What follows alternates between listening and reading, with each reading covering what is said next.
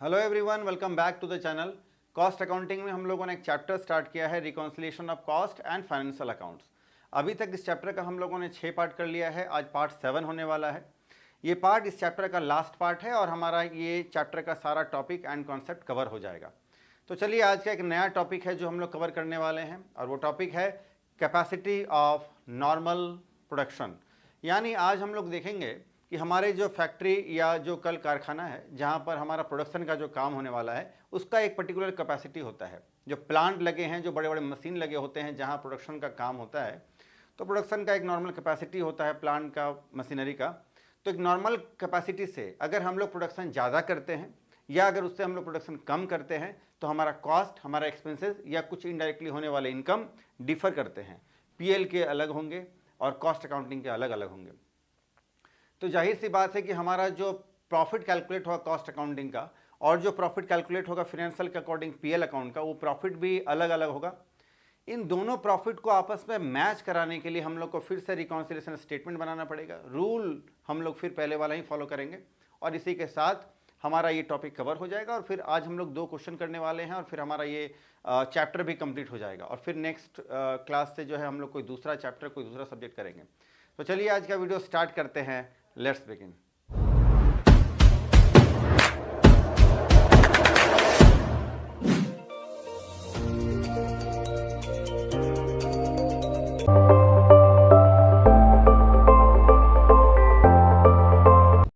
तो चलिए शुरू करते हैं। आज का पहला क्वेश्चन ये रहा।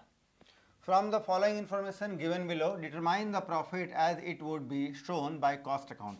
कॉस्ट अकाउंट के अकॉर्डिंग प्रॉफिट कितना है वो हम लोग कैलकुलेट करना होगा, जिसके लिए हम लोग को स्टेटमेंट ऑफ कॉस्ट बनाना होगा। पहले भी हम लोगों ने बनाया है। Prepare reconciliation statement, reconciliation statement भी बनाना होगा हम लोगों को और फिनेंशियल अकाउंट का प्रॉफिट फिर कैलकुलेट करना होगा। ये रहा trading and PL account. Credit side में सेल्स है। ये देखिए 1 लाख यूनिट का प्रोडक्शन हुआ है, यानी 1 लाख यूनिट को सेल जो किया गया है 2 लाख में सेल किया गया है। तो 1 लाख यूनिट का ही सारा एक्सपेंसेस इनकम जो है, मतलब इनकम तो कोई है नहीं, मतलब 1 लाख यूनिट सेल किया गया है और इसी 1 लाख यूनिट का जो प्रोडक्शन में जो कॉस्ट खर्चे लगे हैं वो सारे हैं डेबिट साइड में। मटेरियल इतना कंज्यूम किया गया है, डायरेक्ट वेजेस है, वर्क्स ओवरहेड यानी फैक्ट्री ओवरहेड है, ऑफिस एक्सपेंसेस है, सेलिंग एंड डिस्ट्रीब्यूशन कॉस्ट है और फिर नेट प्रॉफिट हमारा आ गया है 5000 रुपया। तो ये हो गया आपका फिनेंशियल अकाउंटिंग के according profit and loss account में 5000 रुपये का प्रॉफिट दिख रहा है। Normal output of the factory is 1,50,000 unit. अब देखिए फैक्ट्री में जो है नॉर्मल आउटपुट यानी प्रोडक्शन कितना यूनिट का होना है, 1,50,000 यूनिट का प्रोडक्शन होना है। Works overhead of a fixed nature is ₹18,000। Works overhead का मतलब फैक्ट्री में होने वाले ओवरहेड, ऊपरी खर्च, जो कि फिक्स नेचर के हैं 18,000। अब ध्यान से देखिए, वर्क्स ओवरहेड में जो है टोटल अमाउंट है 30,000। इसमें फिक्स्ड कितने होंगे, 18,000 क्वेश्चन में कह रहा है, अभी नीचे एडजस्टमेंट में। इसका मतलब 12,000 जो है ये हो जाएगा हमारा वेरिएबल नेचर का। ठीक है, 18,000 फिक्स्ड होगा, 12,000 वेरिएबल नेचर का होगा। लेकिन ये जो 18,000 जो फिक्स्ड होगा वो तो 1,50,000 यूनिट के लिए है और हम लोग का ऊपर में डिटेल कितना है, 1 लाख यूनिट के लिए। तो हम लोग को वो कैलकुलेट करना होगा। वर्क्स ओवरहेड फिक्स नेचर हो गया। Office expenses are all practical purposes constant. जो ऑफिस एक्सपेंसेस है वो कांस्टेंट है यानी फिक्स्ड है, जितना है ऑफिस एक्सपेंसेस उतना ही रहने वाला है। ये देखिए 9,000 रुपये का ऑफिस एक्सपेंसेस इतना ही रहने वाला है। लेकिन 1 लाख 1.5 लाख का यूनिट पर तो डिफरेंस होगा, यानी उसी रेट से होगा, घटेगा बढ़ेगा नहीं। Selling and distribution expenses are constant to the extent of ₹3,000 and the balance varies directly with sales. तो अब देखते हैं सेलिंग एंड डिस्ट्रीब्यूशन में खर्च कितना है। सेलिंग एंड डिस्ट्रीब्यूशन में 6,000 रुपया खर्च है, जिसमें कि 3,000 जो है ये है फिक्स्ड, प्लस बाकी का जो 3,000 है वो है वेरिएबल नेचर का।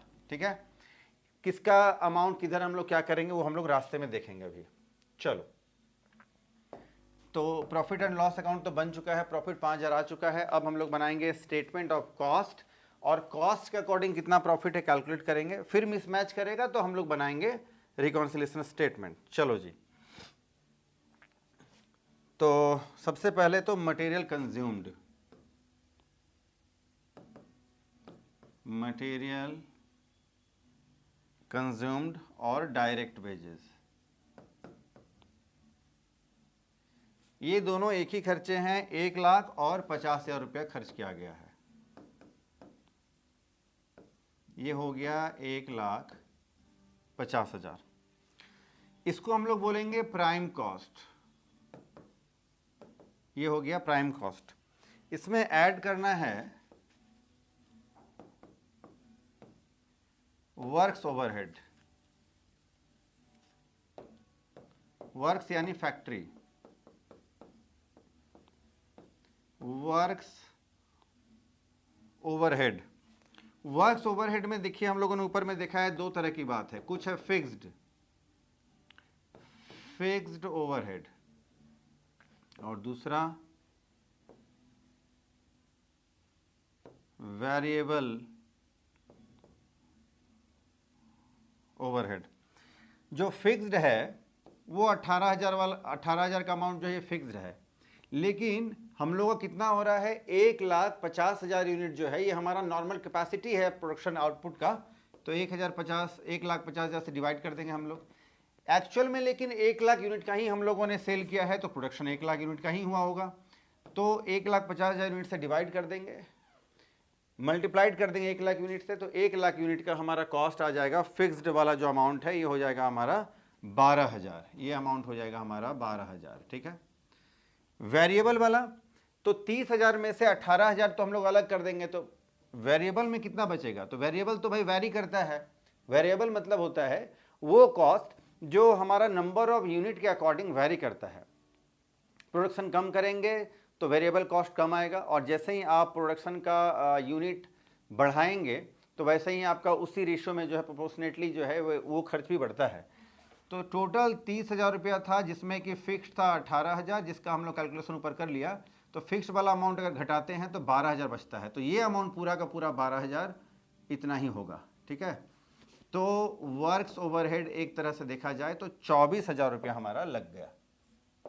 ठीक है। और ये हो गया हमारा 174, 1,74,000। इसको हम लोग बोलेंगे वर्क्स कॉस्ट, यानी बोले तो फैक्ट्री कॉस्ट। इसमें अब हम लोग ऐड करेंगे ऑफिस ओवरहेड। ऑफिस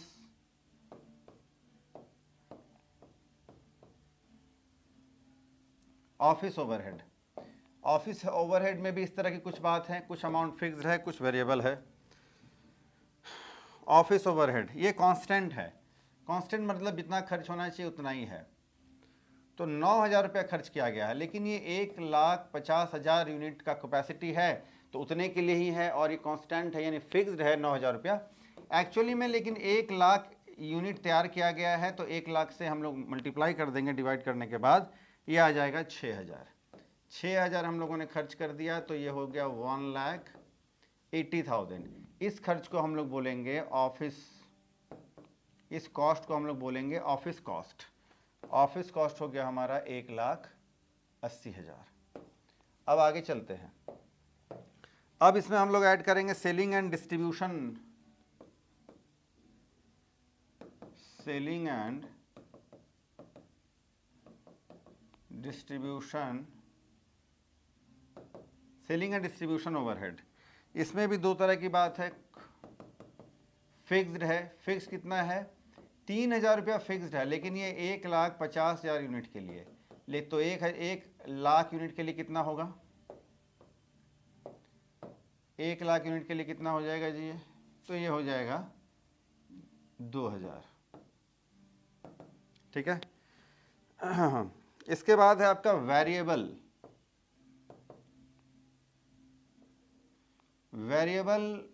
कितना होगा?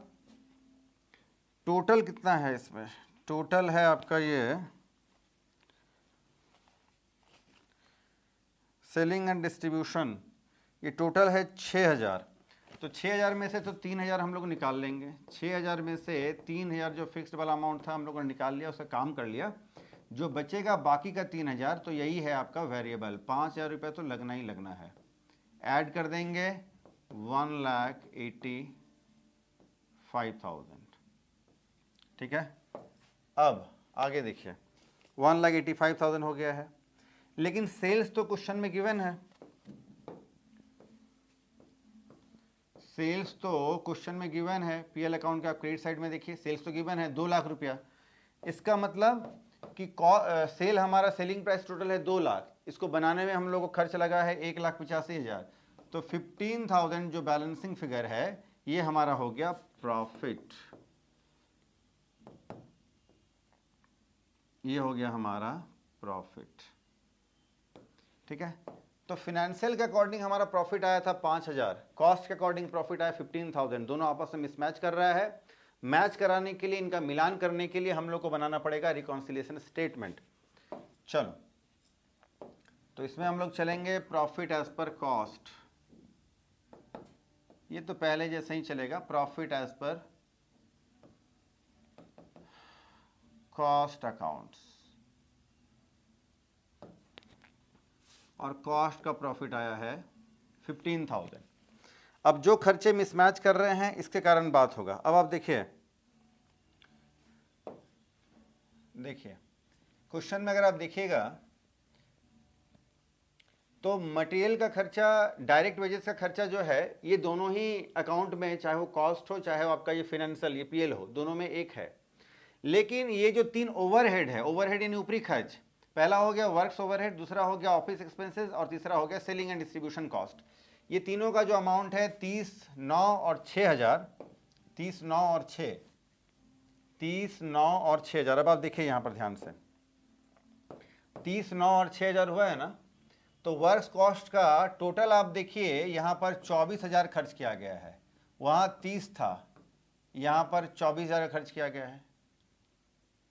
और ये जो है ऑफिस ओवरहेड, ये देखिए ये आपको 6,000 खर्च किया गया है, उधर 9,000 खर्च किया गया था, तो 9,000, 6,000।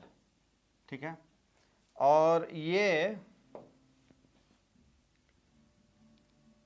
सेलिंग वाला जो एक्सपेंसेस है वो 6,000 किया गया है खर्च, और सेलिंग एक्सपेंसेस देखिए यहाँ 5,000 है, यानी उधर 6,000 किया गया था, यहाँ 5,000 किया गया है। तीनों ही केस में आप देखिए ध्यान से, तीनों ही केस में आप देखिए, ऊपर मैंने फाइनेंशियल का खर्च लिया है, नीचे कॉस्ट का, फाइनेंशियल कॉस्ट, फाइनेंशियल और कॉस्ट का खर्च लिया है। तो फाइनेंशियल में जो तीनों ही खर्चे हैं ये ज़्यादा लिए गए हैं, यहाँ ये तीनों ही खर्चों का अमाउंट कॉस्ट में कम लिया गया है। हम लोग कॉस्ट के प्रॉफिट से चल रहे हैं, तो कॉस्ट में अगर ये खर्च कम लिया गया है इसका मतलब प्रॉफिट ज़्यादा हो गया होगा। तो प्रॉफिट जितना से हमारा ज़्यादा हो गया है उसको हम लोग माइनस कर लेंगे तो हमारा ये बैलेंस हो जाएगा। तो तीनों को ही माइनस करना पड़ेगा जो डिफरेंस है। यहाँ पर दोनों का डिफरेंस 6,000, यहाँ 3,000, यहाँ 1,000, और बात बन जाएगा। चलो, तीनों ही माइनस वाला सेम कैटेगरी का चीज़ है। आइए, तो प्लस वाला कुछ है ही नहीं, तीनों के तीनों लेस वाला है और 3 ही आइटम है। लिखेंगे क्या? कॉस्ट में खर्चे कम लिए गए हैं, तो वर्क्स ओवरहेड अंडर रिकॉर्डेड। ठीक है, इसके बाद हो गया आपका वर्क्स के बाद ऑफिस ओवरहेड अंडर रिकॉर्डेड, फिर है selling and distribution overhead under recorded. कितना कितना? तो इधर 30, 24, 30,000, 24,000, तो 6,000, फिर 9, 6, 9,000, 6,000, तो 3,000, इधर 6,000, 5,000, तो फिर 1,000। ठीक है, चलो 15, 6, 21 और 4, सॉरी इस तीनों को तो लेस करना है ना, तो तीनों को ब्रैकेट में रखना होगा। इस तीनों को ब्रैकेट में रखिए, यानी इन तीनों को माइनस करना पड़ेगा। 15 में से 6 जाएगा 9, 9 में से 3 जाएगा बचेगा 6, 6 में से 1 जाएगा 5,000 का प्रॉफिट। इसको हम लोग बोलेंगे profit as per financial account, ठीक है। तो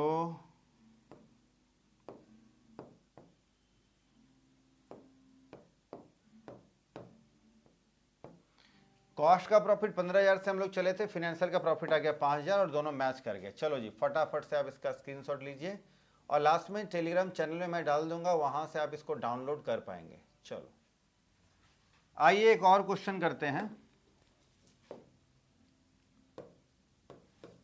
आज का दूसरा प्रश्न ये रहा, from the following particulars prepare statement of cost sheet profit and loss account.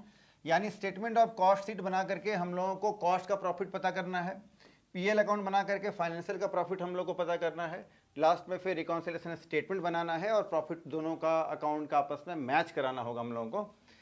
Sales 25,000 units, 25,000 unit cell किया गया है 8 लाख रुपये में, दिख रहा है सामने। यानी हम लोगों को 25,000 यूनिट का खर्चा सारा लेना है। लिया कितने यूनिट का गया है, यहाँ देखिए नॉर्मल आउटपुट 20,000 यूनिट, यानी 20,000 यूनिट के लिए सारे खर्चे हम लोगों ने लिया है, लेकिन हम लोग को 25,000 यूनिट सेल किया तो 25,000 यूनिट के लिए खर्चा लेना था। खैर देखते हैं। तो मटेरियल यूज जितने का है, डायरेक्ट वेजेस है, वर्क्स एक्सपेंसेस यानी वर्क्स ओवरहेड है, ऑफिस ओवरहेड है, ये ऑफिस एक्सपेंसेस मतलब सेलिंग एंड डिस्ट्रीब्यूशन एक्सपेंसेस यानी सेलिंग एंड डिस्ट्रीब्यूशन ओवरहेड है ये। नेट प्रॉफिट फाइनेंशियल बुक का गिवन है।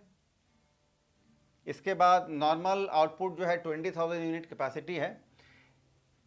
Nature of expenses, nature of expenses अब हम लोग देखें तो इसमें देखिए फैक्ट्री ओवरहेड, ऊपर जो है ये एक्सपेंसेस वर्ड यूज किया गया है, एक्सपेंसेस यानी ये जो तीनों है ये पीएल अकाउंट में लिया गया है, ये तीनों खर्च यानी फिनेंशियल अकाउंट में।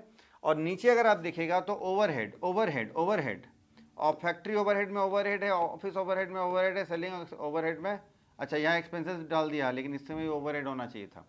कहने का मतलब ये तीनों जो है खर्चे, ये तीनों कहाँ लिए गए हैं, कॉस्ट में लिए गए हैं। खर्चे एक जैसे हैं, फाइनेंशियल अकाउंट यानी पीएल में लिया गया है तो फिर इनका अमाउंट अलग है, और कॉस्ट में लिया गया यही सारे खर्चे तो इनका अमाउंट अलग है, ठीक है। और यही तो रीज़न होता है हमारा प्रॉफिट का अलग अलग होने का। तो सबसे पहले स्टेटमेंट ऑफ कॉस्ट बनाएंगे, कॉस्ट का प्रॉफिट पता करेंगे, फिर पीएल अकाउंट बनाएंगे, पीएल अकाउंट का प्रॉफिट पता करेंगे, फाइनेंशियल का कम ज़्यादा होगा, मैच कराने के लिए हम लोग रिकॉन्सिलिएशन स्टेटमेंट बनाएंगे। सबसे पहले statement of cost, material used, material used और डायरेक्ट वेजेस 3 लाख, 1 लाख, 4 लाख रुपए का हो गया हमारा, इसको बोलते हैं प्राइम कॉस्ट। ये हो गया प्राइम कॉस्ट। इसमें अब हम लोग को ऐड करना है सबसे पहले वर्क्स ओवरहेड। सबसे पहले तो वर्क्स ओवरहेड बोले तो फैक्ट्री ओवरहेड, इसमें कुछ अमाउंट फिक्स्ड है वो ले लेंगे अमाउंट, और फिर वेरिएबल होगा कुछ अमाउंट वो भी ले लेंगे। देखिए फिक्स्ड वाला कितना पार्ट है, तो इसमें क्वेश्चन में कहता है कि 9,000 जो अमाउंट है वो आपका फिक्स्ड है। नीचे कह दिया है ना फैक्ट्री ओवरहेड में कि 9,000 जो है वो आपका फिक्स्ड है, ठीक है। तो फिक्स्ड है तो टोटल वर्क्स ओवरहेड में अमाउंट कितना है, तो वर्क्स ओवरहेड ये कॉस्ट के लिए ऊपर वाला लेना पड़ेगा, सॉरी नीचे वाला लेंगे ओवरहेड। 90,000 फिक्स्ड है, लेकिन ऊपर में लिया गया है कितना वर्क्स ओवरहेड में, 1,20,000, ठीक है। देखिए तो 90,000 जो है वो फिक्स्ड है, तो 90,000 जो अमाउंट आपका फिक्स्ड है ये तो 20,000 यूनिट के लिए, क्योंकि कैपेसिटी 20,000 का ही है। हम लोगों ने 25,000 यूनिट सेल किया है, इन प्रोडक्शन तो उतना किया होगा, तो मल्टीप्लाई कर देंगे 25,000 यूनिट से, यानी कैपेसिटी कम है फैक्ट्री का और ज़्यादा का हम लोग को कॉस्ट कैलकुलेट करना है, तो ये हो जाएगा 1,12,500, 1,12,500। इसके बाद अब वेरिएबल वाला अमाउंट देखो, वेरिएबल में कितना होगा जी, तो 1,20,000 जो है ये फैक्ट्री में होने वाला टोटल खर्चा है, तो इसमें से 90,000 जो है ये तो फिक्स्ड है, ये माइनस कर देंगे, जो बचेगा वो पूरा का पूरा वेरिएबल नेचर का होगा 30,000। ये आपस में अगर हम लोग देखें तो 1,42,500, ठीक है। चलो तो ये हो गया हमारा, टोटल करेंगे तो 4 और 1 5,42,500। इसको हम लोग बोलते हैं वर्क्स कॉस्ट, या इसी को हम लोग बोलते हैं फैक्ट्री कॉस्ट। अब हम लोग चलेंगे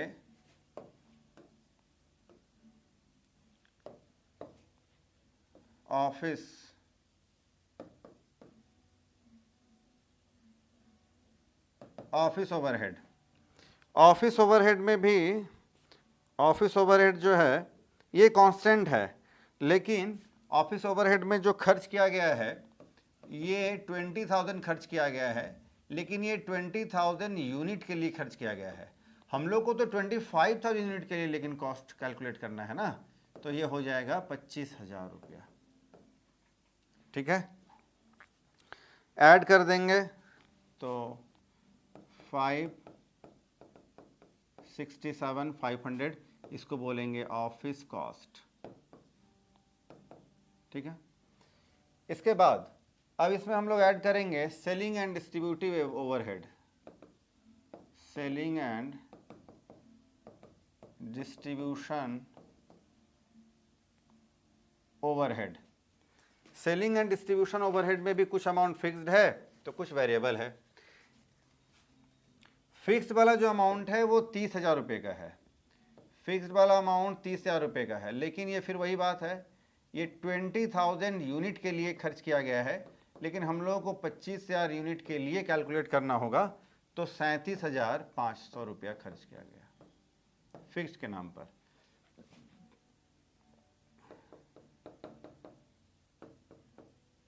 वेरिएबल के नाम पर, वेरिएबल के नाम पर कितना जी?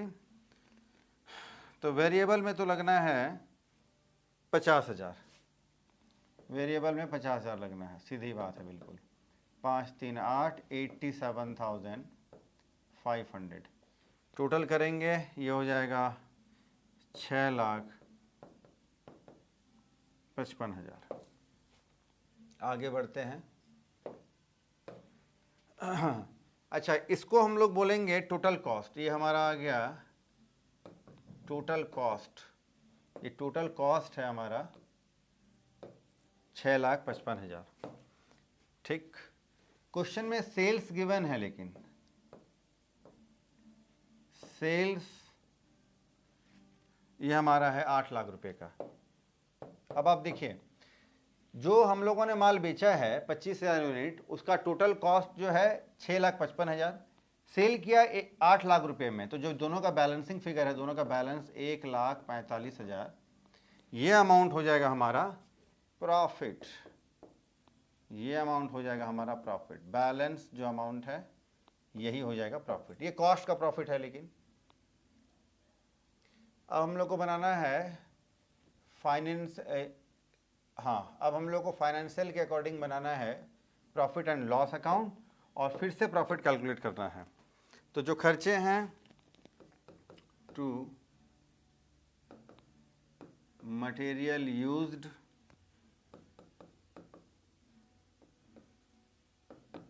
Direct wages, works expenses,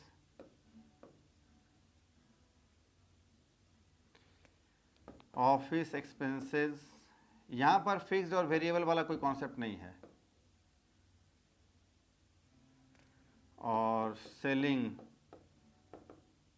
and distribution expenses. 3 2 1,20,000, 3 lakh, 2 lakh, 1,20,000, ये 1 लाख है, sorry, 3 lakh, 1 lakh, 1,20,000, 20,000, 80,000। Credit side में एक ही अमाउंट है सेल्स, लेकिन ये 25,000 यूनिट्स के लिए है, याद रखना है। 2 लाख रुपये में सेल किया गया है, सॉरी 8 लाख, गड़बड़ हो जा रहा है जी, 8 लाख।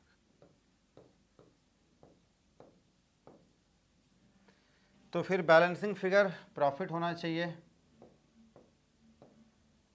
8,60,000 का टोटल ज़्यादा है, इसमें से हम लोग ये डेबिट का जो है सारा खर्चा माइनस कर देंगे तो प्रॉफिट आ जाएगा 1,80,000 टू नेट प्रॉफिट। देखो जी,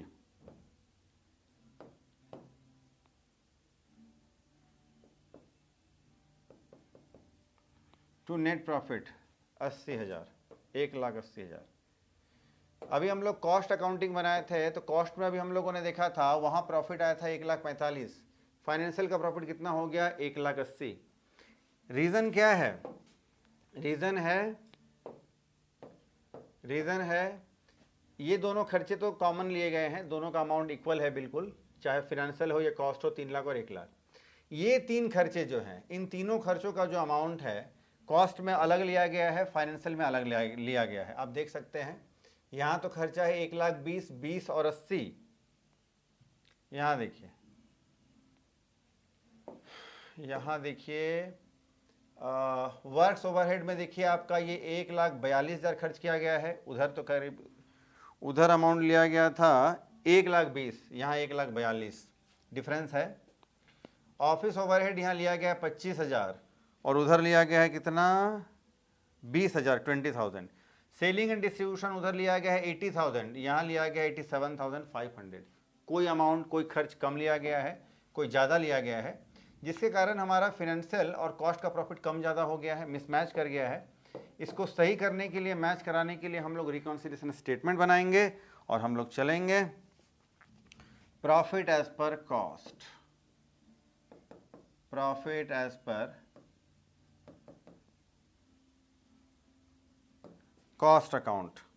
प्रॉफिट है 1,45,000 का। अब आप ध्यान से देखिए, तीनों ही खर्चे जो है पीएल अकाउंट में जो है कम लिए गए हैं। खर्च अगर हम लोग कम लेते हैं तो क्या होता है, तीनों ही खर्चे जो है पीएल में कम लिए गए हैं, हम लोग कॉस्ट से चल रहे हैं तो कॉस्ट के अगर पॉइंट ऑफ व्यू से अगर सोचे देखें तो कॉस्ट में ये तीनों की खर्चे के अमाउंट जो है वो ज़्यादा है। देखिए 1,42,000, 25 और 87,500 है ना, इसके बदले में कितना है, ज़्यादा है, 25 है, 87,500 है, 1,42 है, इधर 500 है, तो खर्चे ज़्यादा लिए गए हैं। कॉस्ट में अगर खर्च ज़्यादा लिया गया है तो खर्चा ज़्यादा लेंगे तो प्रॉफिट कम आएगा, तो प्रॉफिट कम अगर आता है तो हम लोग क्या करेंगे, प्रॉफिट को बैलेंस करना ही तो हम लोग का अप्रोच होना चाहिए यहाँ पर। तो प्रॉफिट को इक्वल करने के लिए, बैलेंस करने के लिए हम लोग इन तीनों को ऐड कर देंगे जो डिफरेंस का अमाउंट है, तो हमारा प्रॉफिट फिर बैलेंस्ड हो जाएगा। तो खर्च हम लोगों ने मैनेज करना है। वर्क्स, सबसे पहले works overhead, works overhead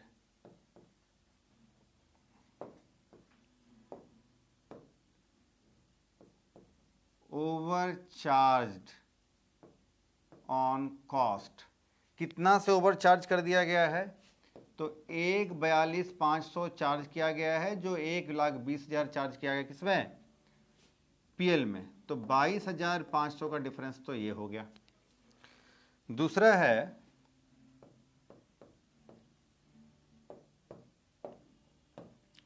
office overhead, office overhead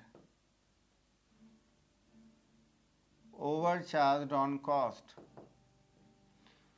office overhead भी जो है ज़्यादा ले लिया गया है, खर्च कितना ले लिया गया है, ऑफिस में होने वाले खर्चे 25,000, लेकिन पीएल में तो बस 20,000 लिया गया है, 5,000 का डिफरेंस हो गया इधर। आगे चलते हैं,